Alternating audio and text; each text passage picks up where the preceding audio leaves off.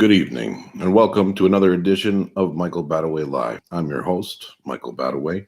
It's May 2nd, 2020.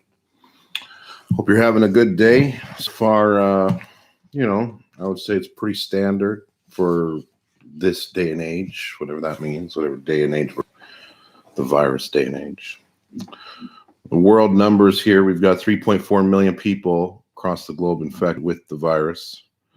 Of all of us, 244,000 have passed away. The United States is in the lead. Got 1.1 million infected. 67,444,000 have passed away. Our cousins to the south. Here in Canada, we've got 57,000 infections. 3,600 have passed away. Our allies, the UK, 182,000 infected and 28,000 deaths.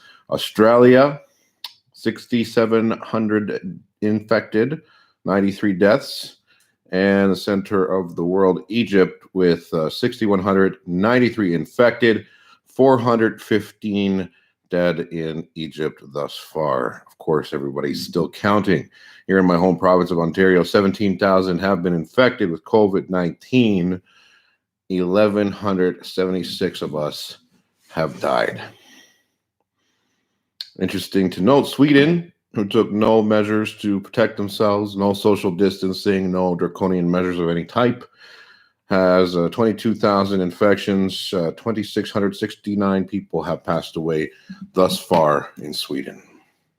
I'm hearing a lot of stories. Yesterday we talked about a friend of mine got a ticket in Toronto for $880 simply for walking through a park, stopping to have a seat so she could catch her breath. Walking was how she kept her sanity during this time. Now, I don't know what she's going to do. Nevertheless, somebody gave her a ticket for $880. Somebody felt that was actually, important. So at this time, I thought, and I have to hand it to our leaders. Prime Minister Trudeau is doing a great job of handling this crisis, as is Premier Ford. I have to say they're both doing a stand-up job. And I just want to read some excerpts of the Charter of Rights and Freedom. Obviously, the Prime Minister's father, Pierre Elliott Trudeau, is the one we have to thank for the Charter of Rights and Freedoms in Canada, which arguably may now be violated or is currently being violated. Okay? So here you go. Guarantee of Rights and Freedoms in Canada. Number 1, the Canadian Charter of Rights and Freedoms guarantees the rights and freedoms set out in it, subject only to such reasonable limits prescribed by law as can be demonstrably justified in a free and democratic society. Fundamental freedoms. Everybody is entitled to the following freedoms: freedom of conscience and religion, freedom of thought. I can agree or disagree with anything. Freedom of belief, freedom of opinion and expression, including freedom of the press and other media communication. So whether you agree or disagree with something, you should be free to say it. Freedom of peaceful assembly, cannot gather currently in numbers above 5. Freedom of association. Every citizen in Canada has the right to vote in an election. No House of Commons or Legislative Assembly shall continue for longer than 5 years. Okay. Next, it doesn't really apply to us, nor that. Here's one. Every citizen of Canada has the right to enter, remain in, and leave Canada.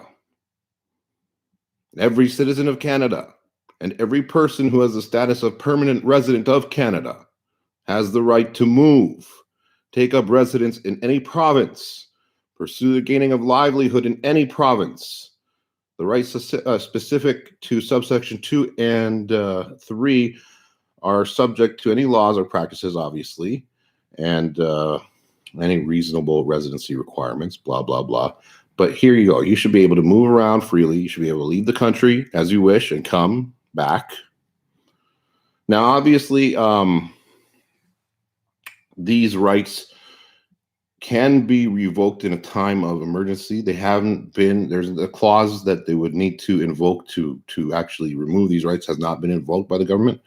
Having said that, even if it were invoked, the freedom to come and go out of the country is irrevocable.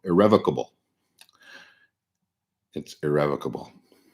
So you can come and go as you please, according to the Charter of Rights and Freedoms. Suggest you take a look at it. It's like a sort of interesting checklist to see everyone that's being crossed off right now. Everyone has the right to life, liberty, and security, the right not to be deprived thereof. Everyone has the right to be secure against unreasonable search and seizure. Everyone has the right not to be arbitrarily detained or imprisoned. Everyone has the right to be informed promptly for any reasons of their detainment, to retain and instruct counsel, to have the validity of the detention determined. All's what I'm saying is that there's an awful lot of rights here that seem to be going by the wayside. So when do they get reinforced? And how come they're going by the wayside if, you know, the clause that would have them go to the wayside hasn't been invoked? $880 to walk through a park. Tattletale lines on your neighbors. I'm not saying the virus isn't real. I'm not saying people aren't dying. I'm not saying it isn't foolish to have a huge party right now and have everyone drink from the same cup. But you know what?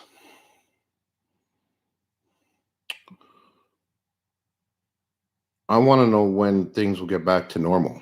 I want to see the clause that says that for every freedom that we give up, it's going to be reinstated by such and such date.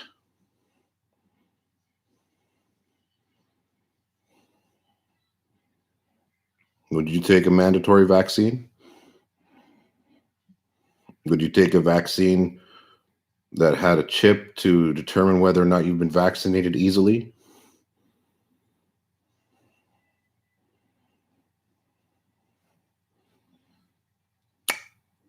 Have a good night. Hey, it's my birthday. May 3rd now. We've crossed the threshold. We'll see you next time.